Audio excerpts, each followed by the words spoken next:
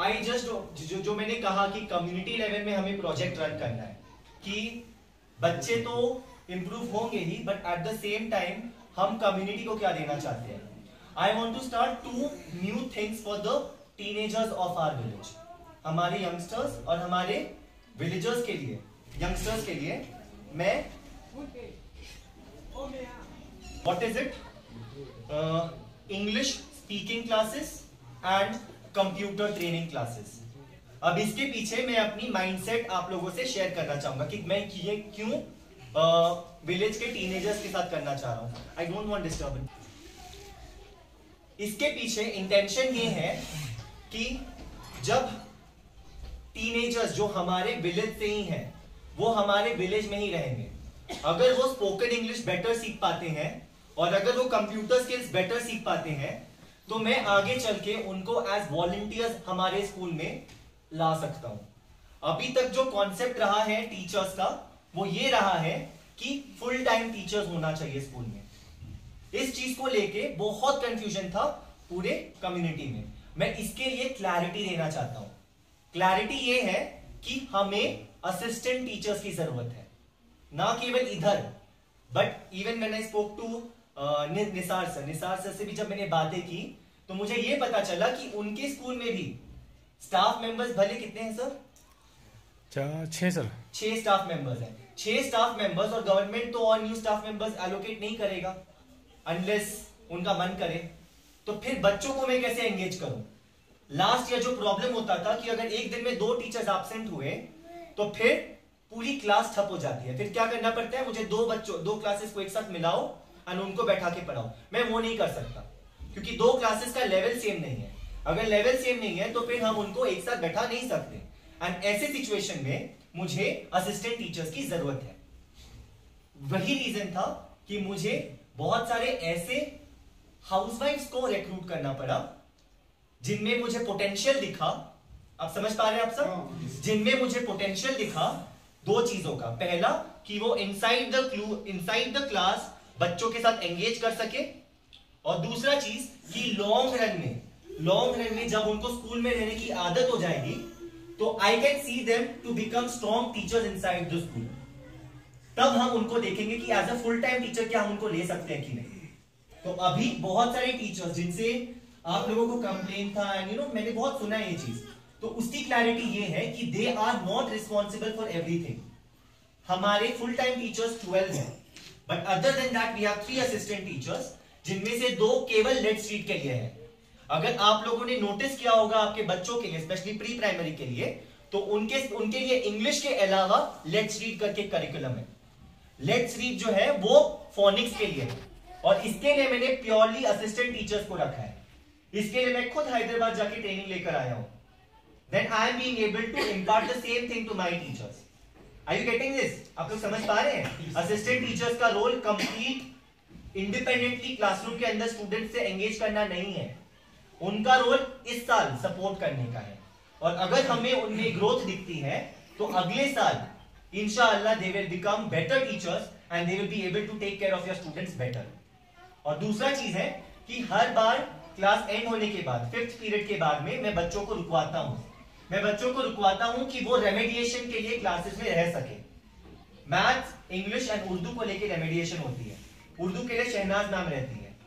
Shehnaaz ma'am अकेले 4 classes के बच्चों को सपोर्ट नहीं कर सकती. उस समय पे मुझे जुलेखा मैम की जरूरत पड़ती है जो कि उर्दू में पीजी है.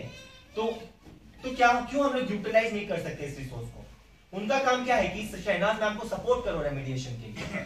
तो एक और बार मैं रिपीट कर रहा हूं कि ये जो टीचर्स है they are assistant teachers for this year, and stability चाहिए हमें स्कूल में. जब एक साथ हमारे स्कूल से 5 मेल टीचर्स निकल गए जिनके ऊपर मैंने इतनी इंपॉर्टेंस, इतना मेहनत किया था, तो बहुत डिफिकल्ट हुआ मुझे चीजों को समेट कर रखने में. अभी भी हम स्ट्रगल कर रहे हैं. अभी भी मैं हर टीचर को हर दिन 10 मिनट 15 मिनट कुछ ना कुछ सिखा रहा हूं कि वो इस काबिल हो जाए कि मे बी 6 या 7 महीने के बाद चीजें खुद से इंडिपेंडेंटली कर सके. तो इस बार मैंने इस चीज से कॉम्प्रोमाइज नहीं किया कि अगर टीचर स्टेबिलिटी मुझे प्रोवाइड करता है, भले टीचर थोड़े से कमजोर है, लेकिन अगर स्टेबिलिटी है, अगर उनसे ये चीज का वायदा है मेरे पास कि वो 2 साल मिनिमम हमारे साथ बैठेंगे, तो इससे आपके बच्चों को सबसे ज्यादा फायदा होगा, बजाय इसके कि 1 साल एक टीचर आए, फिर नेक्स्ट ईयर हम फिर से एक टीचर को लाए। आप समझ पा रहे हैं? तो रिटेंशन बढ़ाने का इरादा था, इसीलिए स्टेबिलिटी के लिए हमने उन टीचर्स पे फोकस किया, उन कैंडिडेट्स पे फोकस किया जो हमारे साथ समय बिताएंगे। आप उनसे बॉन्ड ले लो सर, जब भी आप उनको जो नोटिफिकेशन निकल, वो जो किसी को आप अपॉइंट करना है टीचर, तो उनसे बॉन्ड ले लो 5 साल का भी आप तो 2 साल में पढ़ाऊंगा, निकल जाऊंगा, आप इतने महीने से उनको पढ़ा रहा है, सिखा रहा है, टीचर्स को नॉलेज बढ़ा। लास्ट ईयर रिक्रूटमेंट मैंने नहीं किया सर, ऐसे वो एक साल वो निकल, लास्ट ईयर रिक्रूटमेंट मैंने नहीं किया, इस साल मैंने किया है। अगर अगले साल 20% से ज्यादा स्टाफ मेंबर्स अगर निकलते हैं, अगर नेक्स्ट ईयर मैंने जब रिक्रूट किया तो मैंने अपना माइंडसेट बताया ना, अगर नेक्स्ट ईयर 20% से ज्यादा स्टाफ, मतलब अगर 14 लोग हैं तो 2 से ज्यादा अगर निकले तो then that will be a loss. और मैं उसी चीज को कम करने के लिए इस तरीके से रिक्रूटमेंट किया। ठीक है, आप माइंडसेट समझ पा रहे हैं मेरा कि मैं किस तरीके से सोच रहा हूं। सेकेंड है, अब बेसिक चीजों पे आते हैं। Action day. एक्शन डे के लिए हम चाहेंगे कि बच्चों के साथ हम एक्टिविटीज करें, साइंस के एक्सपेरिमेंट्स करें, जिससे कि हम उनको आगे चलकर एनसीएससी और जैसे भी अपॉर्चुनिटीज जो बाहर से आती हैं उसमें हम लोग उनको मौका दे सके। ठीक है, तो मैं इसके लिए संडेज को बुलाता हूं बच्चों को। पिछले बार आपने वीडियो में देखा बस 5 बच्चे आए थे। एनकरेज करिए अपने बच्चों को कि इन एक्टिविटीज में पार्टिसिपेट करें। बुक एक चीज है, skills, activities, hands on experiment करना वो अलग चीज है, और इसके लिए मैंने ये मौके क्रिएट किए हैं। प्लीज अपने बच्चों को एनकरेज करिए कि ऐसे एक्टिविटीज में पार्टिसिपेट करें। आपने ये भी नोटिस किया होगा कि मैं व्हाट्सएप ग्रुप में भी बहुत ज्यादा एक्टिव हूं, वीडियो शेयर करता हूं, स्टेटमेंट शेयर करता हूं, तो लास्ट ईयर से एंगेजमेंट ज्यादा बढ़ी है। तो एक्टिविटी डे के लिए भी, एक्शन डे के लिए भी मैं मैसेजेस भेजा करूंगा। आप अपने प्लीज बच्चों को एनकरेज करें कि पार्टिसिपेट करें। कुछ बच्चे जो हैं वो बहुत ज्यादा कमजोर हैं। ग्रेड 8 के बच्चे 50% चीजें समझ पाते हैं और 50% स्टूडेंट्स ऐसे हैं जो अपने ग्रेड लेवल की चीजों को नहीं पढ़ पाते हैं।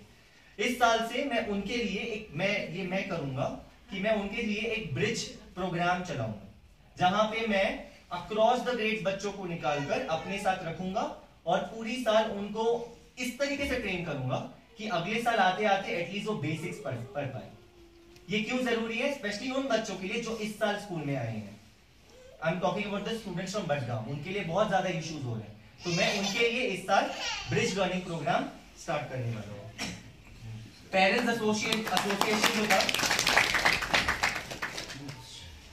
एसोसिएशन जो था, जो पिछले साल भी चल रहा था, इसकी जरूरत इस स्कूल को सबसे ज्यादा है।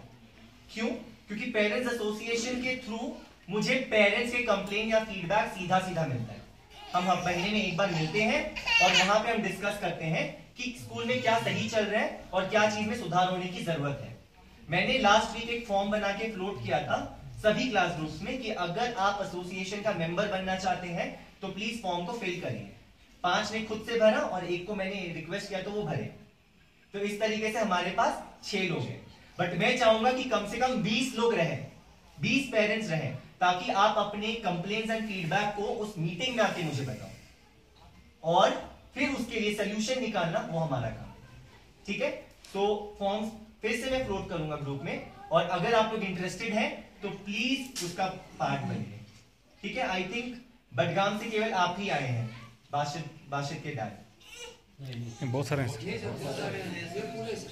नहीं, एक ही पेरेंट, बडगाम, पूरे बडगाम से बस एक ही पेरेंट आया है एसोसिएशन, तो ज्यादा लोग फिल करिए फॉर्म। लास्टली ये कि हम यूनिफॉर्म्स चेंज करने वाले हैं। We will be changing the uniforms. आज हम सब मैनेजमेंट, स्टाफ टीम, हम सब मिलकर उसको डिस्कस करेंगे और नेक्स्ट वीक तक उसको कम्युनिकेट करेंगे। ये इसीलिए कह रहे हैं बिकॉज हो सकता है कि बहुत सारे नर्सरी के पेरेंट्स स्पेशली एप्रीहेंसिव होंगे कि अभी तक यूनिफॉर्म को लेकर कोई नोटिफिकेशन नहीं दिया गया है। तो आज इस मीटिंग का एक और पर्पस ये भी है कि हम सब मिलकर उस चीज को फाइनलाइज करें और नेक्स्ट वीक तक हम लोग कम्युनिकेट करेंगे आपको, and we will tell you from where we can get that. So ये छोटे छोटे चीजें थे जो आप लोगों से शेयर करना था। Thank you so much for coming and